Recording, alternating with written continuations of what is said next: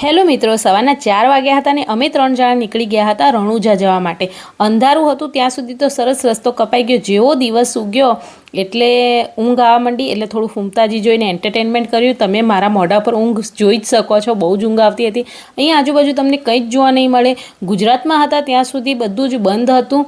એટલી ઘડી અમે રણુજા બોર્ડર મતલબ રાજસ્થાનમાં આવી ગયા હતા, તો આજુબાજુ કંઈ જ જોવા મળતું નથી.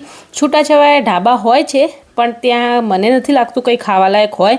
અત્યારે તો કોઈ ભીડ હોતી નથી ને આવી ગયા અમે પોખરણ.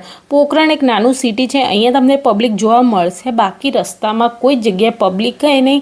છૂટાછવાયા ખટારા હશે બસ, બાકી કંઈ નહીં. આવી ગયા અમે રણુજા. અહીંયા લોકો પાર્કિંગ માટે બહુ જ તમને ખેંચશે કે આવો અહીંયા પાર્કિંગ કરો.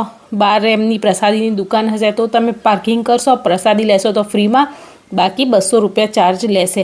આજુબાજુ નોર્મલ જે યાત્રાધામ હોય એવી દુકાનો હતી. આવી ગયા અંદર બહુ જ ભીડ હતી, બહાર નથી દેખાતી એટલી અંદર ભીડ હતી. અહીંયા થોડી પ્રસાદી અને નેજા લીધા અમે, અને પછી નેજા જોડે થોડા ઘણા ફોટોગ્રાફી કરી અને અમે નીકળી ગયા દર્શન માટે.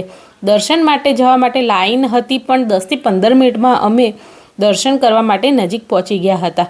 અને અંદરની સાઈડ પંખા, થોડા ઝીણા ફુવારાની સુવિધા હતી જેથી ગરમી લાગે નહીં, અને ફટાફટ લાઈન ચાલી રહી હતી. અને અહીંયા વિડીયો ફોટો બધું જ લેવા દે છે, કોઈની મનાઈ નથી.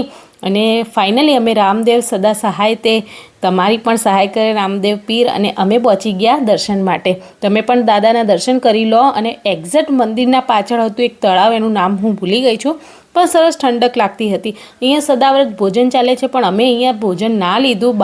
7 થી 8 ઢાબા હતા નોર્મલ, ત્યાં જમી અમે નીકળી ગયા હતા ઘરે જવા માટે.